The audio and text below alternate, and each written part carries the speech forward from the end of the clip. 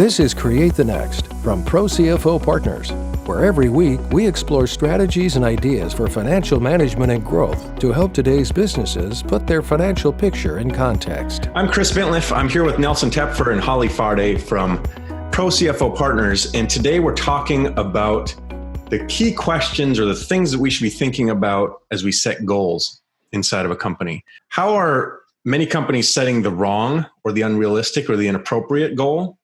What are some things that you think or some guidance that you can give us that help us to sort of the three check boxes or the things we should really be itemizing to think, is this the goal that you should be setting? How do I set a goal in my company? Let's park COVID for now. And let's talk about how goals were set before.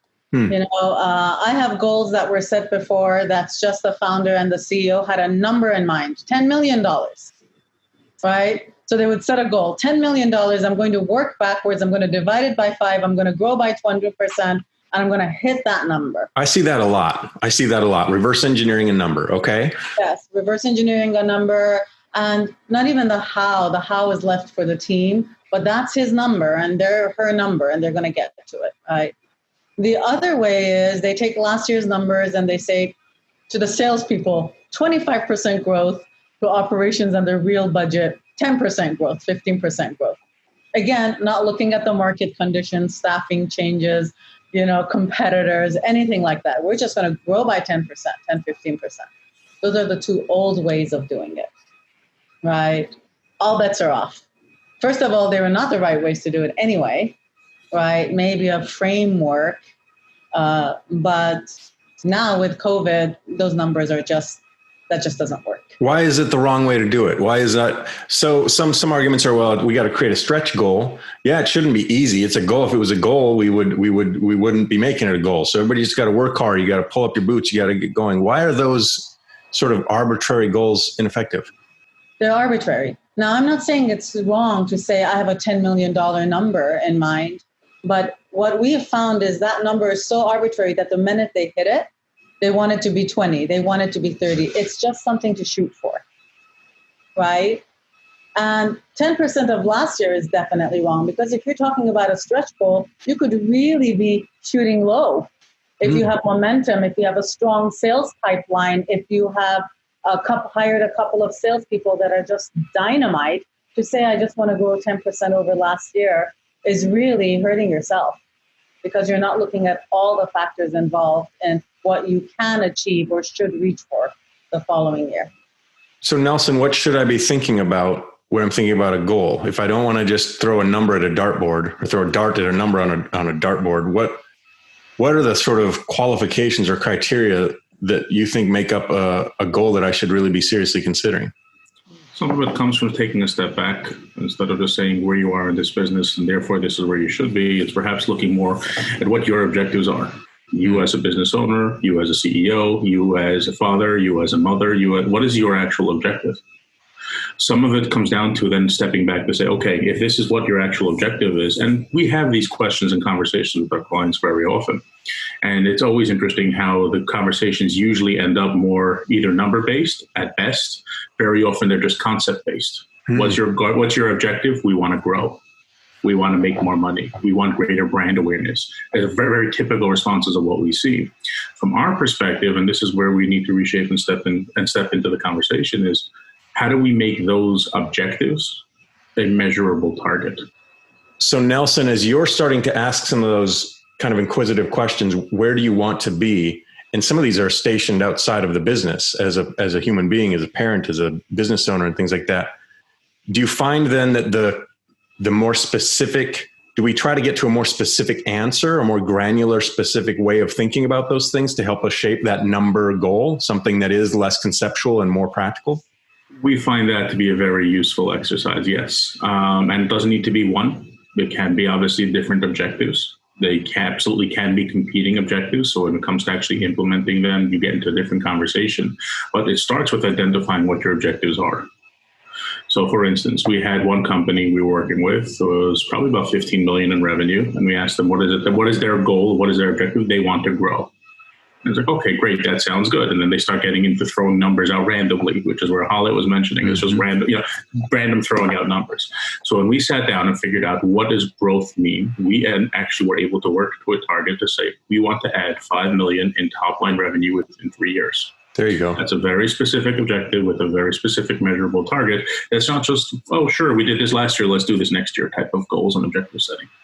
And now we can reverse engineer the numbers. Now we can start to work backwards from the goal into something specific. And that's actually what we stepped into doing. My next question was, okay, great. Do we have the operational throughput to handle it? If you do you have the sales staff to even bring that in? But that led into the strategy part of the conversation is how do we actually implement those goals and objectives?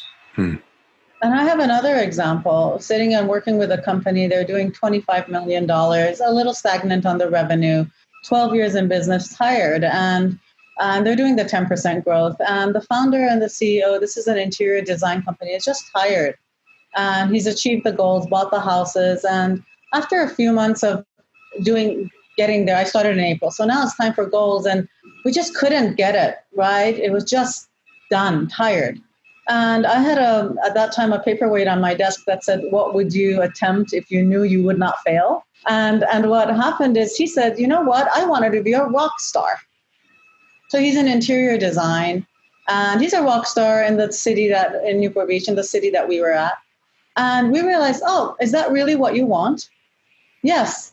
So we made him a rock star, licensing deals, books. His banners were movie-sized banners in all the design centers. He was a rock star in his area. And we were able to open up another revenue stream and get into licensing.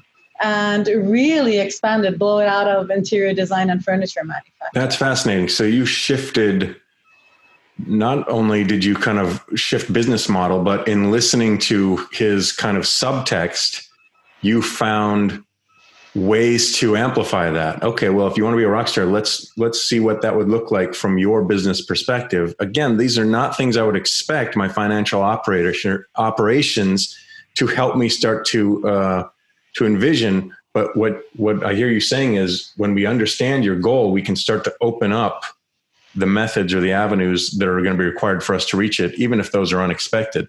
It's still the business plan. He was still an interior designer manufacturing furniture, right?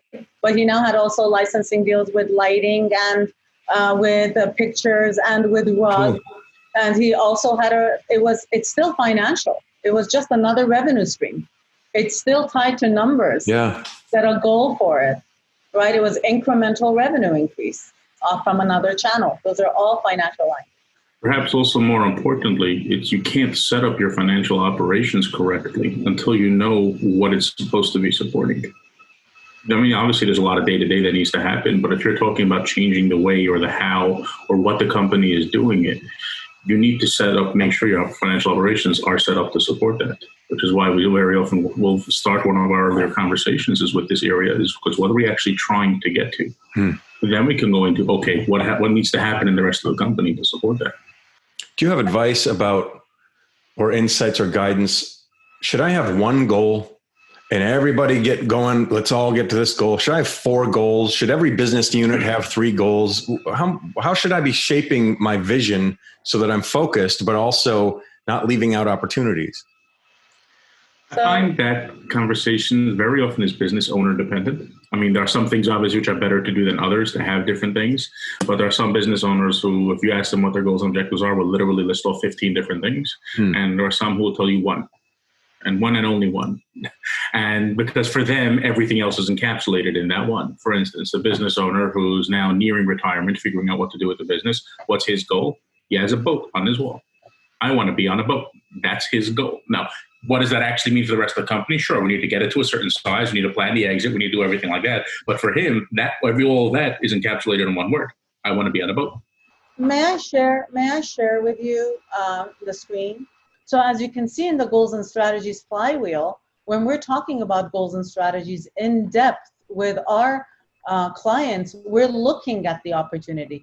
Purpose it needs to be aligned to the founder's personal purpose. Otherwise, it doesn't mean anything, right? A legacy business, grow people, pay as many people or create as many jobs as possible. Somewhere along the line, it is not sustainable if it's not aligned with their personal purpose. Okay, And that's proven in academia.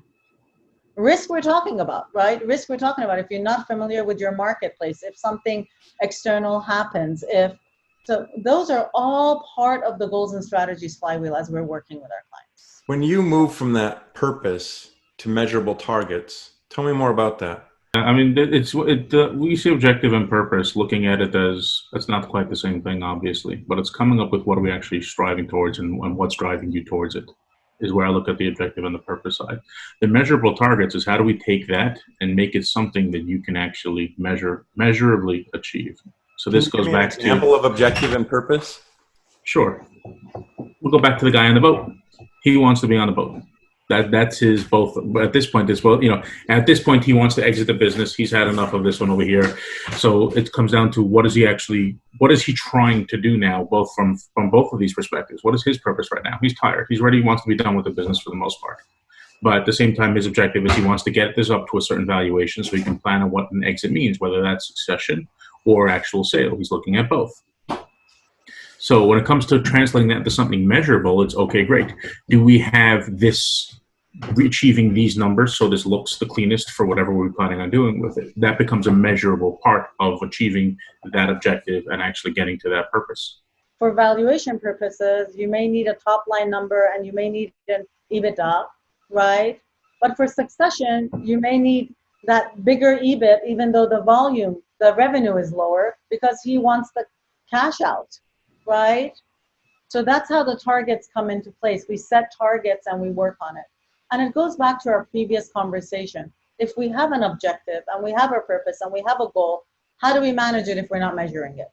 Most companies are, in my experience, stuck in objective and purpose, and then they throw a number. Either that or they just throw a number.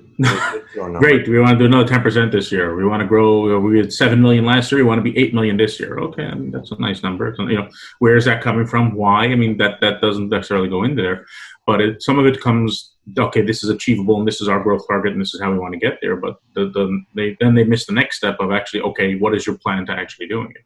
We worked with one company. They literally want to double this year, and I said, okay, I understand that. First of all, we get into the how and why. What's he trying to build? We got to through that. Wonderful. How would we actually double? What does that look like if it means to double this? Do you have the people to handle it? Do you have the marketplace to go after it? Do you have the customer segments that you can actually still sell more of this? Do you have the offerings that actually sell to the customers? And once we actually came up with this, we said, great, we're going to extend this offering to this type. Instead of offering A, B, we're now going to offer A, B, C, and D. Instead of customer X, Y, and Z, we're also going to do, T, U, V, W as well. And this is how we're going to do it in this geographic area. And this is what we're going to actually go ahead and do. And even during COVID, I don't think they're going to quite double, but they're probably going to grow by 60 to 70%. And then did you go to the organization and say, okay, team, here's what it looks like. Here's how we're going to do it. That's exactly right. Because then you have to bring them into the conversation. Okay, this is what we're striving to. Or so great. You 3 people who are responsible for this, this is what we need to do. Or how do you think we can actually do this? Have them get involved in the conversation as to actually doing it. Because the only way this works is if you execute. Setting targets is nice, but it's a little bit like throwing darts on the wall unless you can actually do it. This is the organizational execution that you're talking about. Yeah. Yes, and if you don't enroll them, it's very interesting. If they're not engaged and you don't enroll them and you give them a number, a numeric target, the answer is I'll do the best I can. Yeah. Yeah. Or pushback. Well, that's sure. Which water cooler pushback? Where did that number come from? Oh, sure. Yeah. So I literally had a conversation yesterday with a client where I'm sitting with the manager, one of the managers of the company, and he's complaining about this person where we're obviously having conversations, letting him go, not letting him go, what we want the organization to look like moving forward, and all the fun stuff like that. And I told him, great, if this is why you want to do it, go bring me a 6-month plan. Who you're going to onboard, how you're going to train them, what their responsibilities be of the different people you're going to be doing it. Because this is what we want to get to. We want to, if we're outlining the goal as we want to triple within this period of time, which again is a very aggressive goal, but this is the target we were trying to say is, okay, they're at this point right now, they're going to triple within 5 years in all likelihood. They're a very, very high growth industry, very, very high growth company, and have tremendous opportunity and runway in the space. So I said, okay, in order to do that, and you're saying this is an issue you're having, come back with a plan, how you're going to do it. There's another thing too, Chris. Sometimes they've done $1.5 million. They don't know how. They don't know the components.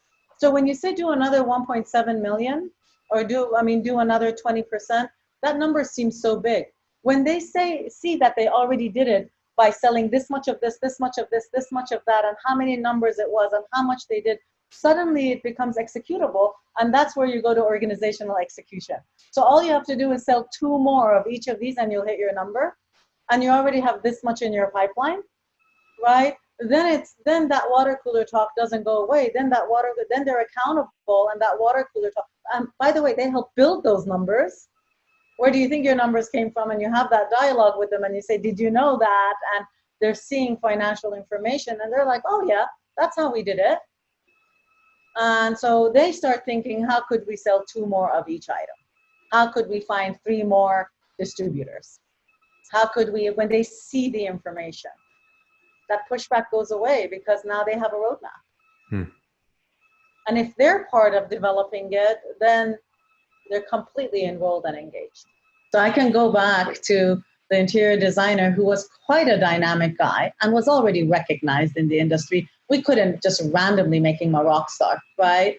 But how we communicated that was the team got involved in supporting the licensing and the choices of the vendors to work with, and knowing that we would have a broader impact and knowing that we would be better known and our advertising would be. So it was still his personal goal, but it was aligned to the business goal, right?